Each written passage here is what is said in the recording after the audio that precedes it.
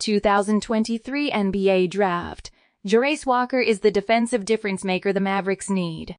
The Dallas Mavericks are in an incredibly weird position because they both have so many areas of need and are so close to being a very good basketball team. It is common for teams drafting in the lottery to have a litany of needs. It is not common for them to have the breathtaking offensive talents of Luka Doncic and Kyrie Irving. Where the Mavericks fall in the draft will have a hand in determining who they pick. However, Jarace Walker is one of the few players who would make sense if they jumped up to the 4th pick and has the potential of falling all the way to the 10th pick.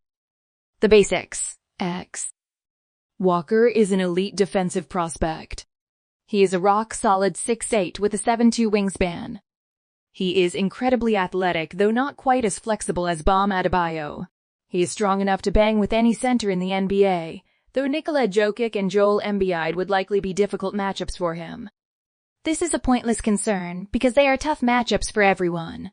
He is very switchable and provides rim protection. This is important because the combination of switchability and rim protection has replaced the combination of shooting and rim protection as the most valuable combination of skills for NBA bigs. Defenders who can both switch and protect the rim cannot be played off of the floor in the playoffs. Rudy Gobert is among the greatest rim protectors in the history of the NBA, but he can't defend the rim from the bench. That is where he ends up every year in the playoffs because he simply cannot defend the perimeter actions that teams put him in. On the offensive end, Walker is raw but shows flashes of the ability to develop into a solid partner for Doncic. He has shown flashes of ball handling and being able to finish with short floaters in the paint. These skills are important as they show the ability to develop into a short roller in addition to a rim runner when paired with Doncic or Irving in the pick and roll. Strengths. He can contribute on both ends of the court. The Mavericks have a troubling lack of players who are good on both ends. Walker can become a screening hub for Doncic and Irving to work around while covering for their mistakes on the other end. In addition to not having enough defenders, the Mavericks have quietly lacked great screeners for years. The Mavericks have focused on shooting and rim running with their bigs, but the foundation of a pick and roll is the pick. Walker's strength and girth allow him to set fantastic screens. The Mavericks' best offensive big men recently, Kristaps Porzingis or Christian Wood, have set mostly brush screens because of their body types and the fact that they were using screens as a way to set themselves up to score. Starting with his offense as part of his positives is burying the lead. Walker is not quite perfect defensively.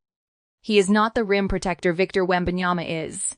No one is. He is not the switching defender Adebayo is. But he provides really good rim protection and mobility, which the Mavericks simply must add. Weaknesses. Walker's offense is a potential strength, but it is a current weakness. He is not a finished product on that end. The Mavericks are on a clock, and they may not have time for him to develop offensively before Doncic gives up on them. He is not a pure shooter and will likely fall short of being an actual spacing big even at his peak. Doncic's offense has always been at its best when playing in a 5-out offense, and Walker limits that, though he shot 34.7% on 2.8 3-point attempts per game. Fit with Mavericks. The fit is fantastic. The Mavericks are already an all-time elite offense with Dwight Powell not providing shooting. Powell is a better player than he gets credit for, but Walker should be able to improve on Powell's offense in time. He can then really help the Mavericks get better defensively and perhaps even help instill a defensive culture simply by playing with his manic energy. NBA comparison. Multiple players have been mentioned as comparisons for Walker, and none of them are perfect. He is not as mobile or flexible as Adebayo. He is not the shooter Paul Millsap became in his prime, nor is he likely to be quite the scorer Millsap was.